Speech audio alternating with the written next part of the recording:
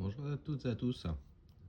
Aujourd'hui, une vidéo podcast euh, sur ce qui peut nous donner confiance à nous autres qui sommes dans la neurodivergence et plus particulièrement le TSA. Alors pourquoi est-ce qu'on n'a pas confiance en nous En fait, c'est très cohérent parce que on arrive dans un monde où on a du mal à déchiffrer ce qui semble automatique et évident pour d'autres personnes. Et nous sommes en minorité à avoir un fonctionnement qui fait que nous avons besoin de travailler, si je puis dire, 2 à 3 fois plus pour arriver à avoir des interactions sociales, on va pas dire fluides, mais euh, des interactions sociales existantes. Euh, Maintenant, là où ça se complique, c'est que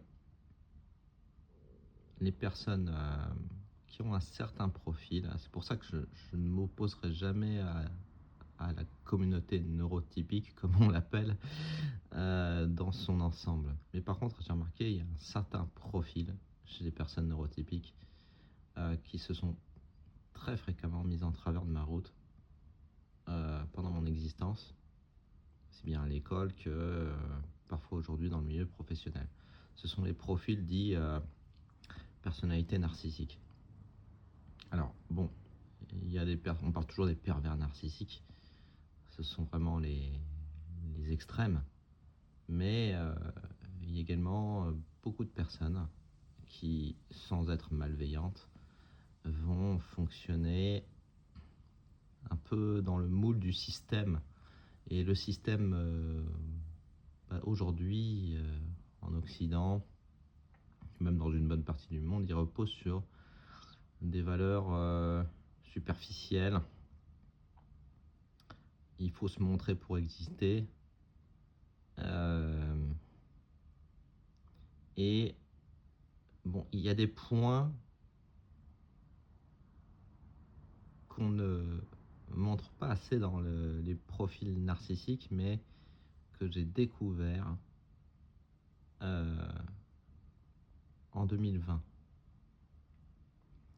C'est-à-dire que pour la première fois de ma vie, en tant que personne neuroatypique, j'ai découvert les failles des personnes neurotypiques narcissiques. C'est-à-dire que ce sont les personnes narcissiques, on ne va pas se cacher, qui sont les plus influentes dans les groupes neurotypiques. Et c'est pour ça qu'on souffre.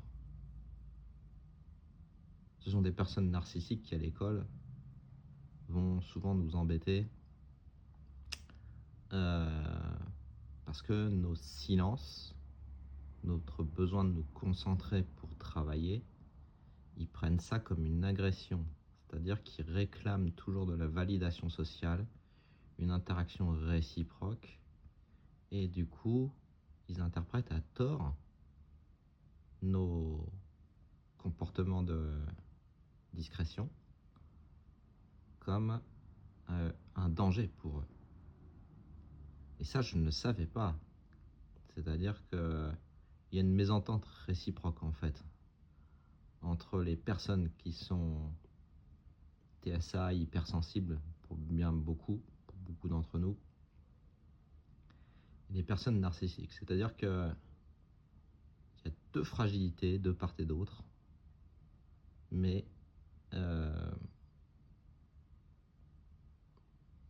on a un problème mutuel pour identifier nos failles. Et j'ai envie de dire, voilà, en 2020, qu'est-ce qui s'est passé? On a eu des personnes qui semblaient très épanouies dans la vie quotidienne, qui semblaient joyeuses, vivre dans les interactions sociales, qui avaient des retours d'interactions sociales, et soudain tout ça s'arrête pendant plusieurs semaines. Et on a vu des personnes qui souffraient. Moi, j'ai vu des personnes qui souffraient pendant le confinement. J'ai ressenti leur souffrance. Moi, j'étais hyper heureux pendant le confinement. Je pouvais m'adonner à mes intérêts, tout ça. J'étais super heureux pendant le confinement. J'étais tranquille. Je n'avais pas besoin de faire semblant. Et même à un moment, je devais travailler parce qu'une partie de mon travail n'était pas télétravaillable. Je me suis rendu dans mon lieu de travail et j'étais seul sur mon lieu de travail. Et j'étais dans des conditions vraiment idéales pour travailler. C'est-à-dire que personne ne venait m'interrompre, je pouvais être focus sur ma tâche. J'étais poter encore plus que d'habitude. Et voilà, pour moi, c'était... Alors qu'on me dise pas non plus que je veux pas être avec des gens au travail, c'est, c'est complètement différent. Je peux être très épanoui avec certains collègues, mais ces collègues, souvent, ils comprennent mon besoin de me concentrer.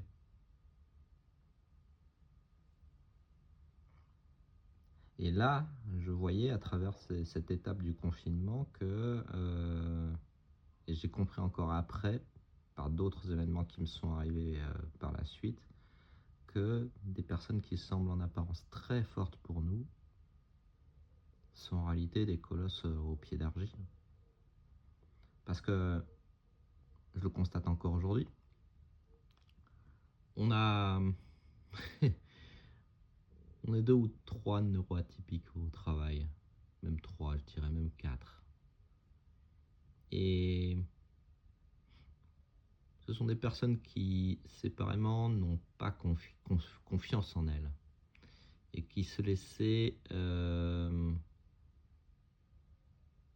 Moi, je me laissais pas faire, en fait, parce que j'ai subi des faits qui ont réveillé mon sentiment d'injustice. Je ne vais pas aller trop dans les détails.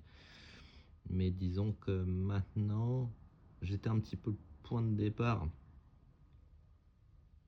pour dire non, on n'est pas obligé de socialiser à tout prix au travail.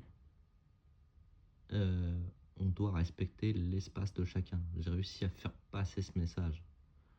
J'ai réussi à changer un peu le système de l'intérieur quelque part.